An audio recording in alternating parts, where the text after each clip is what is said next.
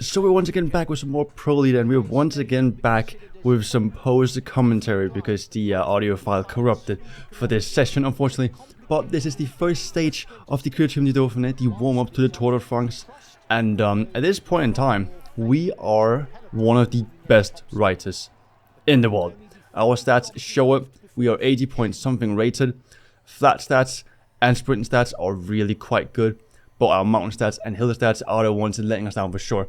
But as you can see on this stage here, the first stage, it's a bit of a hilly stage. We pretty much just have to make it over the climbs that you see in the middle of the stage, and then make it to a finish at the end. And then we're at the end.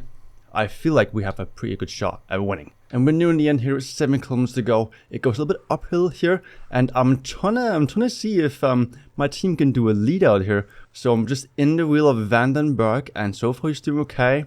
I'm just a bit scared though, because we're not really moving to the front. But I'm also wasting attack and stamina. I'm trying to not waste too much. But yeah, I'm sort of committed to it, giving it a go. I see Visma does have a train up there as well. It's not bad so far. We have a decent train going right here. Not bad whatsoever. Van den Berg, and the lead out is here. Krohn up there. Krohn gonna go to the side. Then we have Kopecky, and then it is right guy. It is the right guy. I mean, the right guy. Van den Berg is the guy to lead me out. So tactically speaking, this is the right way to do a train. We're not all the way in front though. It's not going completely as planned. I think because we like better riders to do it.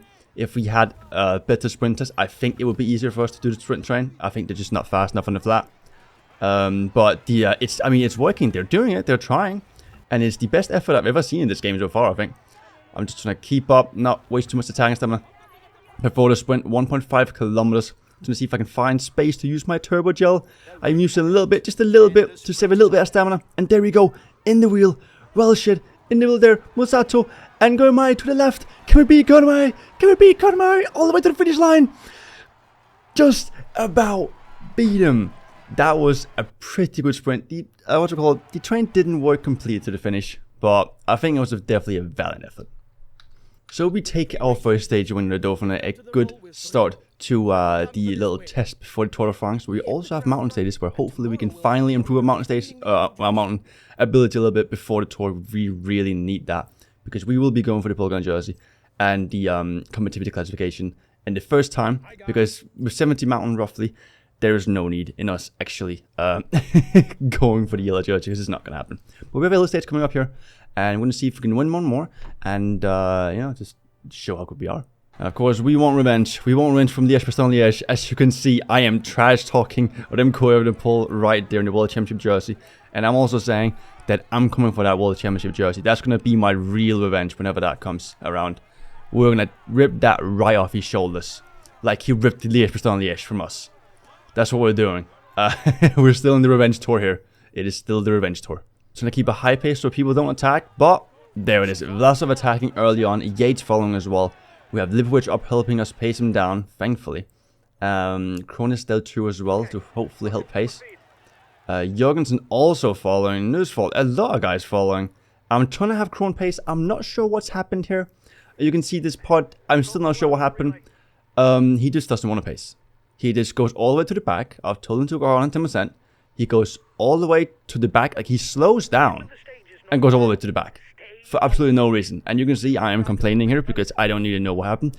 That is something that has been an issue since the last patch, I think. And I don't know exactly why. But sometimes, even when you're telling to pace, they just don't. They just sit back and stop riding. I don't know why. It's very odd. It is very, very odd. And I think I tell him to attack instead a little bit to see if I can get him up there because I am confused as to what's going on. I tell him to attack right there. Lipovic is still in front pacing. Would love to use him on the final part of the stage here. The category 3. Instead I just tell Lipovic to go on 100% because clearly Krohn is not coming up here. And there is another attack coming right there. Trying to close down the front group. Last off, they have 16 seconds. It's not a huge gap. I'm not too worried, but if we don't pace, then they're going to get away. So I'm making sure that Lipovic is at least pacing. And Krohn is still nowhere to be seen. Actually, Bernal now go up in pace. Maybe actually with sort of an attack. There comes Krohn finally. I tell him to go 100% again. And guess what happens? He stops riding again. I don't know what the issue is. I really don't. You can see my face. I cannot believe my eyes. And at that point, I'm just like, okay, sure. I accepted the fact that it doesn't work. And I just say, okay, well, at least just attack or do something. Something like that. 7 kilometers left, though. The category 3 is right around the corner. Still at the front. The breakaway has been caught. We're all alone. And now, oh, almost crashed there. Now I'm just trying to keep a high pace to make sure no one else attacks. We have a little gap here, actually, with 6 kilometers to go. And it's not bad at all. I thought, you know, sure, I'm just going to buy myself 10 seconds, just like that. And I thought, you know what, let's just go all out. It's a bit of a risky strategy here. I could definitely just win the sprint at the end, but hey, that's not how we do it. That's not how we do things. We are here for this cyclismo. The entertainment value goes up. All the viewers, every time we win a race, oh, the viewers, they go so far up. That's all I'm saying. 14 seconds to the guys behind. 5 kilometers, 32 seconds to the peloton. Keep a high pace. And now, taking a little bit of gel, doing a little bit of storage. Yeah, don't mind me. It happens, it happens. Bardet as well, going for the attack. I'm not going full out gel strat because I've seen some guys complain about it, especially on TikTok. My god, they hate me over there. So, I'm not using this gel strat as much, but when it comes to Tour de France, when I'll have to beat Tadej Pogacar, I'm using it. Like, don't even question it, because that will happen. But I'm going to use it a little bit less, so hopefully some of you guys will be happy. I don't know. But we have 3 kilometers left, 18 seconds to Bardet right behind. And at this point, I thought it's just, I just gotta go all out, you know? There's no going back now. If I go back now, I won't have enough attacking stamina. So it's all or nothing. 18 seconds roughly still. It's going to take some more gel. A little bit more here and there. 17 now to Bardet. 26 to the peloton. 1.7 is looking good. Taking the rest of the gel here. Still have the turbo gel as well for the final part. Using it right here. Bardet almost catching up, but at this point it's too late. As soon as I start sprinting here, there is no return. 15 seconds, the gap is just going to go up. It's a very steep climb. The hill stats are unbelievable. And we got the gap. And the yellow jersey finishes strong once again with yet another stage win. Hoo hoo hoo. We have come to play to the Dauphiné, the moment to the Tour de France. And they're shaking in their boots. That's all I'm saying. Oh yeah. The first stage is a not hill stage where I've been pacing throughout basically the entire stage for my team because the breakaway got pretty far away and they're still quite far away. I tried pacing as much as I could, 3 minutes, and eventually I have to just still live with the pace. I have to use him here. I have to. He goes on at 10% and he does a really good job on this category 3 to be fair. He gets it down to like around 1 minute roughly when we get to the top. Well, not actually 1 minute. I thought it was 1 minute. Around 2 minutes actually. That's quite a lot. But I give him some gel. I tell him to pace some more. We still got 30 kilometers to go, but I have no more teammates, and I don't know if the others will try and catch him. So I used up Lipwich. Now he gets down to around 1 minute. There's still quite a while to go. 22 kilometers to be exact. 58 seconds. He is done, but no one in the peloton seems to want to do anything. So there's only one choice. There's only one thing I can do, and that is to go to the front. And as soon as Lipwich is done, right here, we attack ourselves. Because we're in it for a stage win. Okay, if they don't want to go, if they don't want to entertain the idea of winning the stage, then we're going. We have Tobias Johannessen in front, which is not good. I almost crashed there, that was horrible. Which is very much not good, because we all know he's very good. But he's been the breakaway all day. 44 seconds. It is a descent, so I can't catch up as much. But the question is if I can catch up enough. I know this is very risky. I'm going to have them attacking behind, probably the other teams. But I think that is better than me just pacing the peloton away. That wouldn't make sense at all, I don't think. So, I'm going to keep a high pace here. Lipwich done completely. 17 kilometers. Again, very risky, this one. Not the easiest of strategies whatsoever. But I just didn't see any other option. And I know my flat stats are good. So, if I just keep going 100%, then maybe I should catch him a little bit. Once again, it's the descent, so I won't catch that much. Like, -6. But we're slowly catching a second here and there. And eventually, with 12.4 to go, we pretty much catch Meadows right in front. And Tobias Johannessen is right up there. Our overall stamina is still okay. But with the incomers, I don't know if I can go 100% all the way. There's also the category 3 at the end. Or is it a category? I think it's a category 2 actually. And it goes uphill here on non-categorized climb. 55 seconds to the peloton though. This is what you call cyclismo, by the way. This is how you ride. Remember, Evenepoel, take bloody notes. This is how you do it. 38 seconds to quickly catching up. At this point, I'm just, I mean, I did the mission. The mission was to catch Tobias Johannesson, which wouldn't happen if I stayed in the peloton. So, the complete solo breakaway with the yellow jersey, going for another stage win. If you saw this in real life, you'd be like, God damn, this man is cycling itself. Thankfully for me, the other guys wanted to pace as well, so I could sit in the wheel a little bit, because I don't feel like I could have gone 100% all the way. And they slow down here, which I realized, and I'm like, okay, well, I guess it's time. 6 kilometers should be good. I should be able to go 100% all the way now. And if I can just get a good corner here, when this the climb starts, taking the turbo gel, and I'm just gonna go right off the bat.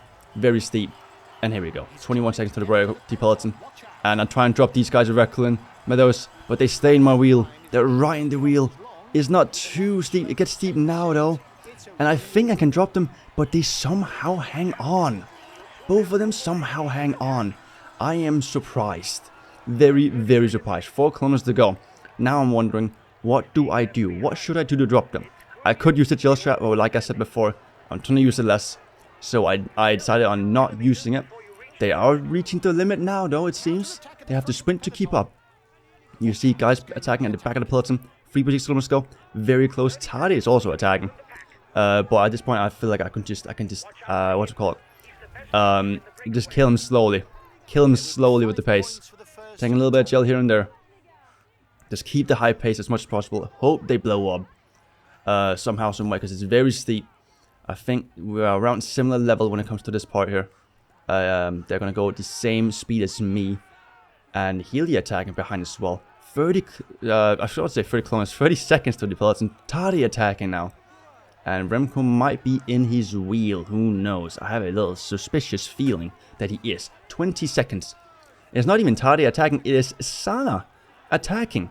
And carrying both Pogacar and Remco Evenepoel to the top. They're getting a first class seat on the train to the top for whatever reason. I'm not entirely sure why, if he doesn't like me or something, whatever, but that is what's happening. 12 seconds though, 2.1. We make it over top, we get category 2 as well, get some points for Pogacar, it's not that it matters. But downhill, take the rest of the gel, and here it is, the very final part of it. You guys might remember it before, the one where we celebrated 1 kilometer before the finish line. We're not losing this. We're not losing this. 5 seconds, 6 seconds, 7 seconds. Seconds keeps going up. I celebrate already here.